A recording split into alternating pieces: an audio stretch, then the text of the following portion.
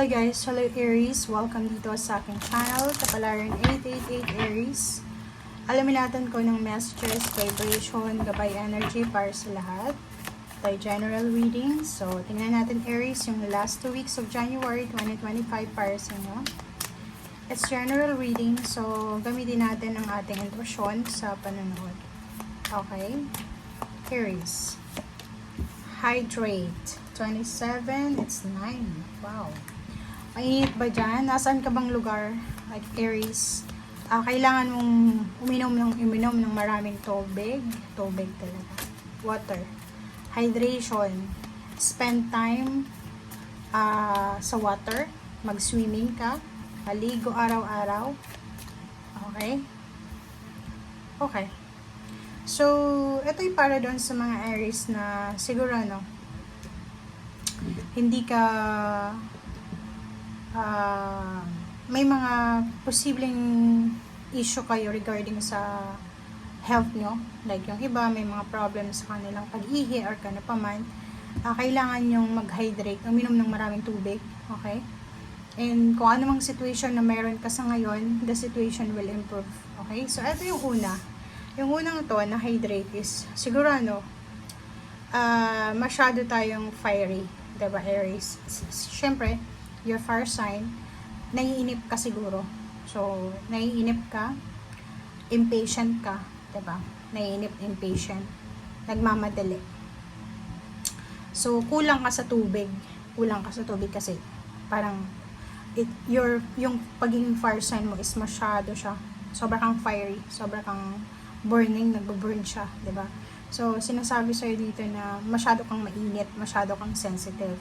Kailangan mo ng water sign. So, if ever, literal to na kailangan mong mag-hydrate, maligo ka, uminom ka ng maraming tubig, or at the same time, if tungkol naman yan sa emotion, yung mabilis kang magalit, Aries, or hindi ka makapagpasensya, communicate with water sign, like Pisces, Scorpio, and Cancer.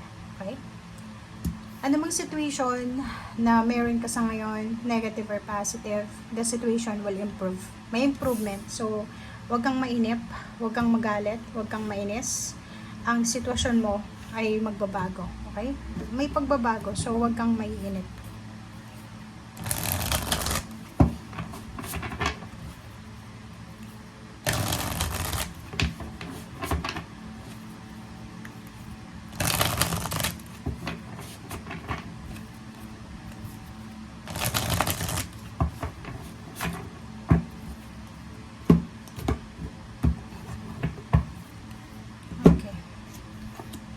Six of Wands, wow! Congratulations! Kung nandito ka lang sa harapan ko, talagang tatapikin ko yung likod mo. Kasi job well done to diba? So, sa last 2 weeks of January 2025, talagang may improvement sa sitwasyon mo. Kasi unang-una, you are victorious. Lahat ng laban may papanalo mo. Ano man ito na pinaglalaban mo sa buhay. It's either laban sa relasyon, laban sa buhay, sa dagok ng buhay, sa pinansyal, literal, sa buhay-buhay natin, sa araw-araw. Kita ko sir dito yung 6 of Wands, you are victorious. Okay? Sobra yung saya mo, so yung tuwa mo. Nakikita ko sir dito na you will reclaim your power. Diba? Maraming nawala sa'yo, but this last 2 weeks of January 2025, may babalik din sa'yo. Makukuha mo yung saya na nawala sa'yo. Makukuha mo yung freedom na nawala sa'yo. Maraming tao yung hahanga siguro sa'yo, or maraming tao yung parang titingin sa'yo na parang iisipin nila, wow, si Aries, saludo ako sa kanya. Kasi na-overcome niya lahat ng pinagdaanan niya. Parang ganun. So, at ang 6 of Wands is appreciation, victory, success, recognition, public recognition, rewards, rewards ng pagiging mapasensya, ng mga sacrifices. It's a good karma, parang ganun. Diba? So, nakikita ko sir dito, sobra kang excited, sobrang masaya, contented, satisfied, diba? Pwedeng may kakasal, kasi diba parang yung 6 of Wands is lahat ng tao nakatingin sa'yo. So, ngayong last 2 weeks of January, ikaw yung magiging center of attraction. Ikaw yung nasa limelight. Lahat ng tao pag-uusapan ka. Kaliwat kanan. Pag dumaan ka, pag-uusapan ka. Kahit wala ka, pag-uusapan ka. So, nakikita ko sa'yo na masaya ka. Sobrang saya. Nakamit mo yung karmic justice, karmic blessings. Nakamit mo lahat ng mga pagbubunyagi. Yung lahat. Parang nakikita ko sa'yo dito na mararamdaman mo yung sobrang makakahinga ka ng malalim. Parang ganun. Okay. Three of Swords. And diba? So, nakikita ko sa'yo dito na lahat ng mga iniyak mo. Diba? Umiyak ka siguro for 3 months, 6 months, 7 months, 1 year, 6 months, 7. Sorry. Nakikita ko sa'yo dito lahat ng mga sacrifices mo. Mga sacrifices, dugot pawis, yung puhunan mo dito. 10 of Discs, financially makukuha mo siya. Okay? So, ibig sabihin, pwedeng na-scam ka, nawalan ka ng pera, nawalan ka ng pangarap, nawalan ka ng trabaho, nasira yung relationship mo, nasira yung pamilya. Sinasabi dito na ito yung recovery, restoration. So, nakikita natin na marireclaim mo lahat. Financially, you will receive lump sum of money. Or maybe financially, you need lump sum of money. Pwedeng 10,000 pesos or kung ilan man to, 1,000. Inheritance. Pwedeng may iba sa inyo dyan na bibili ng bahay. Or pwedeng iba sa inyo dyan, yung iniiyak nyo dati ay posibleng malaking pera pala yung dala sa inyo. Okay, Six of Swords. Six of Swords, napakaganda neto. Kasi, ibig sabihin, you are free.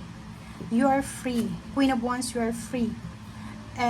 Yung Six of Swords na yan is parang ikaw ay from January 15 hanggang 31 siya, on travel ka. Magta-travel ka back to the place where you belong.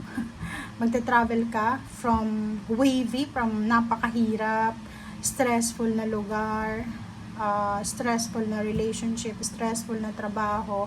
Aalis ka na dyan diba? From stagnation, from restrictions, slavery, parang ganun, or from imprisonment. It's either relationship imprisonment or literal, or pwedeng imprisonment ng career, like yung mga contract na yan, nakapirma ka ng 3 years or 4 years or 2 years, makakamit mo yung freedom dito. You are free. Diba parang sinasabi mo dito, at last, andito na ako, nakuha ko na, and I'm free. Parang ganun. So, financially, emotionally, psychologically, you are free.